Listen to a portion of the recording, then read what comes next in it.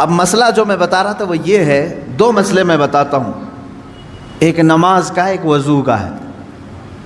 اکثر لوگوں کی یہ شکایت بھی میرے پاس آتی ہے، استنجا کر کے آئے، پیشاب کر کے باہر آئے، وضو کرنے کے لیے بیٹھے تو ایسا لگ رہا ہے کہ قطرہ ٹپک رہا ہے یا پیشاب کا قطرہ پھر سے نکل گیا۔ ایسے کئی لوگوں کو ہوتا ہے، پھر گئے وہ، پھر دھو کر کے آئے، پھر لگا کہ نہیں پیشاب کا قطرہ نکل رہا ہے۔ یہ اطمینان نہیں ہوتا کچھ لوگوں کو۔ حالانکہ استنجا کریں آپ، پورا اس میں استبرا ہے، یعنی کھانس کر کے ہو یا اٹھ کر کے، بیٹھ کر کے، پیر کو موڑ کے، کسی بھی طرح سے آخری قطرہ نکال دیں، یہ ٹھیک ہے۔ لیکن اس کے بعد آپ وضو کرنے کے لیے آئے، تب یہ وسوسہ آ رہا ہے، پیشاب کا قطرہ نکلا، پیشاب کا قطرہ نکلا۔ اب کیا حکم کیا ہے آپ کے لیے؟ ایک نمبر 1 یہ وضو کا مسئلہ، اس کا بھی حکم میں بتاؤں۔ دوسرا مسئلہ سن لیں، نماز 4 رکعت ظہر کی پڑھنے کے لیے کھڑے تھے، یا 4 رکعت عصر یا عشاء کی، 2 رکعت پڑھے، تیسری رکعت میں کھڑے ہوئے تھے، اب شک ہونے لگا کہ دوسری ہے کہ تیسری ہے۔ تیسری میں کھڑے تھے، یہ شک ہونے لگا یہ چوتھی ہوگی کہ تیسری ہوگی۔ ایسا ہوتا ہے بہت سارے لوگ۔ نماز کا ایک مسئلہ یہ ہے، آپ وضو کا ہے، دونوں کا حکم کیا ہے اس سے میں آپ کو اپنی زندگی کے متعلق بتاؤں گا۔ پہلا والا جو مسئلہ ہے پیشاب کے قطرے کا، پہلی مرتبہ ایسا کبھی ہوا ہے تو جاؤ دھل لو۔ ایک بار ایسا ہوا کہ پیشاب کا قطرہ ٹپکا ہے یا لگ رہا ہے، جاؤ دھل کے آ جاؤ۔ پھر ایک مرتبہ ایسا ہوا ہے کہ وضو کرنے بیٹھا ہوں، ایسا لگا کہ پیشاب کا قطرہ ٹپک گیا، جاؤ دھل کے آؤ، اور اتنا حصہ جہاں کپڑے میں لگا اس کو بھی دھل لو۔ تیسری مرتبہ بھی ایسا ہوا ہے، دھل لو۔ اب اس کے بعد شریعت کہتی ہے اب نہیں جانا اس کے بعد۔ اب وضو کے لیے اگر بیٹھو گے، تمہیں لگ رہا ہے کہ پیشاب کے قطرے ٹپک رہے ہیں، ٹپکنے دو۔ تم پانی لے لو ایک چلو میں اور اس جگہ پر چھڑک دو پانی وہاں پر اس کپڑے کے اوپر چھڑک دو۔ کیوں؟ اس لیے کہ کہا گیا ہے کہ بعد میں اگر تمہیں وسوسہ بھی آنے لگے تو یوں سمجھ لو یہ پیشاب کا قطرہ نہیں بلکہ میرا چھڑکا ہوا پانی ہے، میرا چھڑکا ہوا پانی۔ اچھا ایسا کیوں کرایا گیا؟ شک تو ہو رہا ہے۔ سنیں فقہائے کرام نے فرمایا اے بندے، تجھے عبادت اللہ کی کرنی ہے۔ کس کی کرنی ہے؟ اللہ کو راضی کرنا ہے۔ اور یہ جو وسوسے آ رہے ہیں تجھے، یہ شیطان کے ہیں۔ اگر تو بار بار اٹھ کر کے دھونے کے لیے چلا جائے گا تو بات یہ ہوگی کہ تو شیطان کی پیروی کر رہا ہے اللہ کو چھوڑ کر کے۔ یہاں شریعت نے یہاں تک کہا کہ شیطان کی پیروی ہو جائے گی اگر کثرت سے تو کرنے لگ گیا۔ جب شیطان وسوسہ ڈالا اٹھ گئے، جب شیطان شک ڈالا پھر اٹھ گئے۔ بار بار اگر خیال آ رہا ہے تو اس پر عمل کرنا جائز نہیں۔ پانی چھڑک لو اور کہو میں شیطان کی پیروی نہیں کروں گا، میرے مولا کی عبادت کروں گا۔ دوسرا مسئلہ نماز کا کہ جس میں اگر 3 میں 4 میں شک ہو، ایک بار ہو گیا تو چلو دوہرا لو، 2 بار ہو گیا تو چلو ٹھیک ہے، جتنا یقین ہے اس کے آگے کی رکعتیں پڑھ لو۔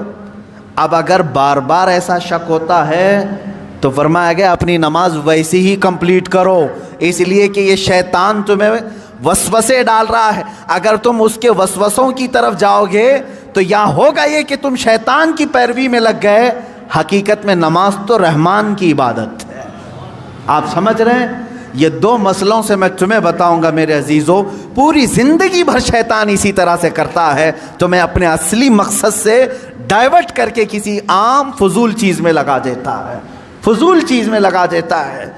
اسی لیے اب جیسے کسی نے اپنے پورے گھر کی فکر میں، اپنی جائیداد کی فکر میں پوری زندگی ختم کر دی، اسے معلوم ہی نہیں کتنے دن رہنے والا تھا، کتنی عمارتیں بنا رہا ہے، کتنی چھتیں قائم کرے گا۔ اے بندے، تیری زندگی لمبی سے لمبی جاتی تو 70-80 سال کی، تو بنا ہی رہا ہے 30-40 سال کی عمر میں، بچے ہیں تیرے پاس 25-30 سال، ان 25-30 سالوں کے لیے تو نے اپنی پوری زندگی جھونک دی، صحت و طبیعت سب برباد کر ڈالی۔ لیکن جہاں 100 سال سونا ہے کہ 200 سال کہ 500 سال کہ 1000 سال، ہمیں معلوم نہیں قبرستان میں کتنا سونا ہے، وہاں کے لیے بندہ ایک رات کی بھی عبادت کرنے کو تیار نہیں، ایک تسبیح گھمانے کو بھی تیار نہیں، وہاں کی عمارت تیار کرنے کو بندہ تیار نہیں۔ یہ شیطان ڈائیورٹ کر چکا ہے تمہیں، تمہاری اصلی منزل تو وہ تھی، تمہیں لگا دیا کسی اور کام میں، تمہیں لگا دیا کسی اور کام میں۔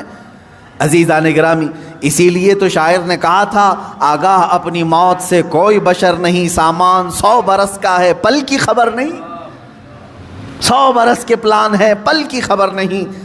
تو شیطان اس طرح سے جو ہر زندگی میں ڈائیورٹ کرتا ہے۔ اب میں آپ کو بتاؤں ایک چیز، جن چیزوں کو ہم سمجھتے ہیں کہ یہی کل ہے دنیا میں، نوجوان یہ سمجھتا ہے کہ ایک خوبصورت لڑکی مل جائے پوری زندگی ہے، دیکھو اسی پر تو شعر و شاعری کرتا ہے، اسی پر تو پوری محبت کے نغمے گاتا ہے، اسے معلوم نہیں کتنے دن کیا یہ عائش ہے۔ اور کچھ لوگ یہ سمجھتے ہیں کہ مال، گاڑی، کار، بنگلہ ہو جائے یہی سب کچھ ہے۔ تقریباً انہی میں ہم سب دوڑ رہے ہیں، انہی میں ہم دوڑ رہے ہیں۔ ایک بادشاہ نے اعلان کیا کہ آج میری عنایتوں کا دریا جوش میں ہے، میں خوب عطا کروں گا۔ لوگوں کو بلایا، ایک کوئی بندہ ایسا آ جائے جس کے لیے میں کہتا ہوں اپنے ہاتھ میں ایک چھڑی لے لے، لکڑی لے لے، اور وہ زمین پر دائرہ کھینچتا جائے صبح فجر کے بعد۔ اب وہ دائرہ کھینچتا کھینچتا سورج کے ڈوبنے سے پہلے پہلے تک جتنا دائرہ کھینچ لے گا وہ پوری زمین اس کے نام پہ کر دوں گا۔ دن بھر میں آپ کتنے ایکڑ کھینچ لیں گے؟ اگر فری میں مل رہا ہے تو کون چھوڑے گا؟ دائرہ کھینچنے کے لیے کہا کہ جو لکیر سے سرکل بنا لے، جتنا بنا لے گا، لیکن ٹائم ہے سورج ڈوبنے سے پہلے پہلے تک۔ اس میں سے ایک وزیر یا ایک سپاہی آگے آیا اور اس نے اپنے ہاتھ میں چھڑی لے لی، بادشاہ سلامت مجھے اجازت دے دے۔ اور بادشاہ نے کہا کہ اگر سورج ڈوب گیا تو پھر ایک بالشت زمین بھی نہیں دی جائے گی، یعنی 1 فٹ زمین بھی نہیں دی جائے گی۔ ہاں، سورج ڈوبنے سے پہلے پہلے تک یہاں پر دائرہ مکمل کرو۔ اب وہ نکلا چھڑی لے کر کے، لکیر کھینچتے کھینچتے۔ السلام علیکم ورحمۃ اللہ وبرکاتہ، میرے پیارے عزیز دوستوں، بھائی اور بہنوں، جیسا کہ ابھی آپ نے ہم سے بڑے عالم مفتی سلمان اظہری صاحب کے زبان سے بیانات کو سماعت کر لیے، تو اگر آپ نے شروع سے لے کر اینڈ تک بیان کو سنے ہوں گے تو آپ کو اچھی طریقے سے معلوم چل ہی گیا ہوگا کہ جب کوئی انسان نماز پڑھتا ہے تو نماز میں دنیاوی خیال کیوں آتی ہے، گندے خیال کیوں آتے ہیں، اور دوسرا مسئلہ کہ جب کوئی انسان نماز ادا کرتا ہے نا تو شیطان بہکاتا ہے، اور نماز پڑھنے کا صحیح سے طریقہ کیا ہے، کون سی نماز میں کتنی رکعتیں پڑھی جاتی ہے، کتنی وقت یعنی ہمارے اوپر نماز فرض ہے، یہ سب سارا انفارمیشن مفتی سلمان اظہری صاحب نے دے دیے۔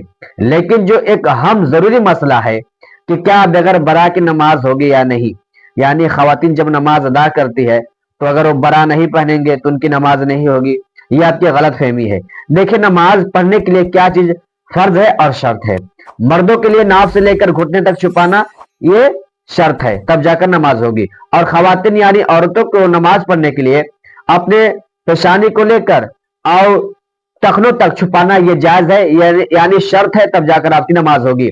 تو دیکھیں، ایسا نہیں ہے کہ عورت اپنے اندر برا نہیں پہنی ہے تو ان کی نماز نہیں ہوگی، نہیں، دیکھیں آپ کی جو جسم چھپی ہوئی ہے نا، بس وہ چھپا ہونا چاہیے، اس کے بعد آپ کی نماز ادا ہو جائے گی۔